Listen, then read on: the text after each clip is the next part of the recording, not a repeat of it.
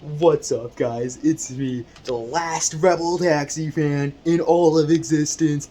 I'm here with the channel updates. We're talking no more Yu-Gi-Oh! Dan Cast, and you know it, Captain Gold! Alright, so this is the personal Sword Soil deck that I bring to locals. I first want to start off with triple Sword Soul Strategist Longwan.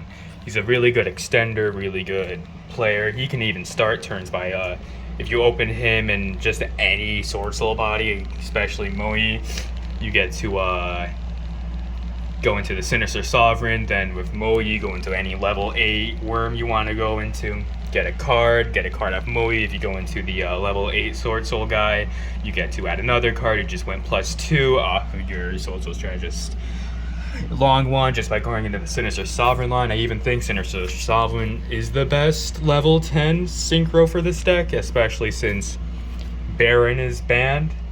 You get 2 non-targeted banishes, plus you burn for like a shit ton in total because if you have the Strategist Longwan burn and then the double burn from spells and monsters off of the Sinister Sovereign. Next up we have the triple Moi. Moi is great. If you have any Sword Soul or any Worm in card, you just have a free level 8 synchro, and then it's perfect for starting turns because you get to add 2 cards basically from your deck to the hand. One you know, one you don't know, but that's perfect because you get to draw into your non-engine easier. Next up we have Taya. Taya is good if you're let's say you went first and you're on turn 3, or let's say you started out with Longwan. Taya is great for the follow-up. Yes, you get to go +2 off of it. It's just great. Another great starter is Credible Ecclesia. You get to tutor in any Sword Soul Taya or Moi. You even get to proc Moi's effect because Moi is normal or special. So you get this proc Moi off of Credible Ecclesia, which is just absolutely perfect. You can even bait interactions in almost the same way you can bait interactions with what's his face, Utopia the Double.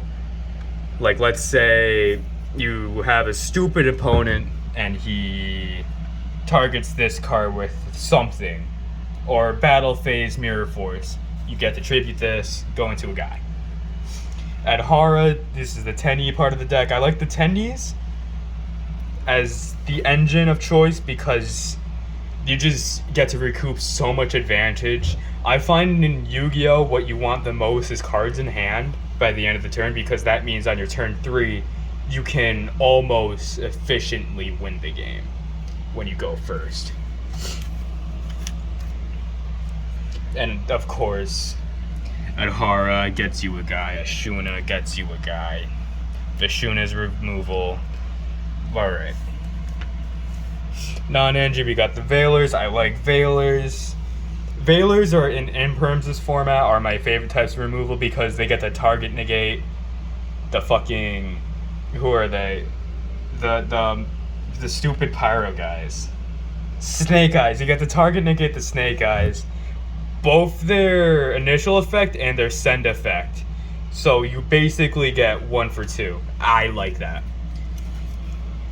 Also, for a similar reason, Ash Blossom, you get to fuck over the one of the Snake Eyes traps, the one that gets you special summons from deck. Really good, makes them go -1.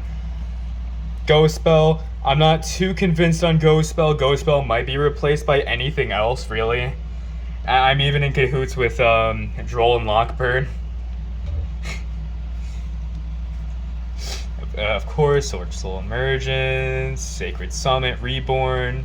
Heavenly Circle's funny because there are many interactions where, let's say I have a one of my worm boss monsters, I can tribute it while proccing its effect if my opponent targets it with something like an Imperm, while I still get the advantage. It's a really good card. Vessel, Desires, Book of Moon, Triple Tack.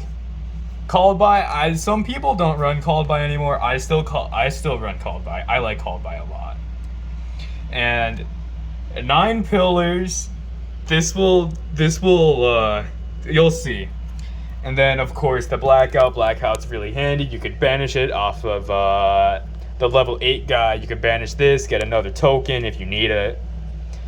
Or it's just really good removal. Alright. Next up, it's the extra deck. Let me just organize. Next up's the extra deck. So we have, there's the Sinister Sovereign that I was talking about. He's the best boss monster you have at the moment because Baron's banned. The second best, everyone knows this guy. And then Adrian. Adrian's really funny. There have been many times where you can proc Adrian in a meaningful way, where you get to just completely screw over your opponents. But there are also other times where, like, it's just nice to have non-destruction removal while also protecting your field. This guy's hilarious. He's a floodgate that also nets you advantage. Who would think that? Of course, we got the Berserker. This is the level 8 guy, Grandmaster.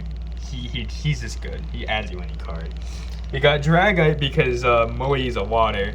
And then Baxia. I love Baxia. Baxia and Yazi are just really fun removal options that just still net you advantage. Like, there are many times where, like, I pray to God that I have removal, and then I do because I have double Baxia and a Yazi. It's just convenient to have.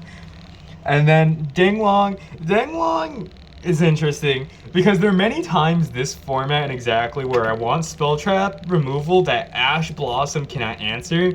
So I get 9 Pillars. And it's really good because 9 Pillars, if you're in a position where you just have a Yazi, you can use Yazi as the 9 Pillars target, net advantage. Good shit. And then Shaman. Shaman, don't need an answer, it's just Reborn, and then Double Monk.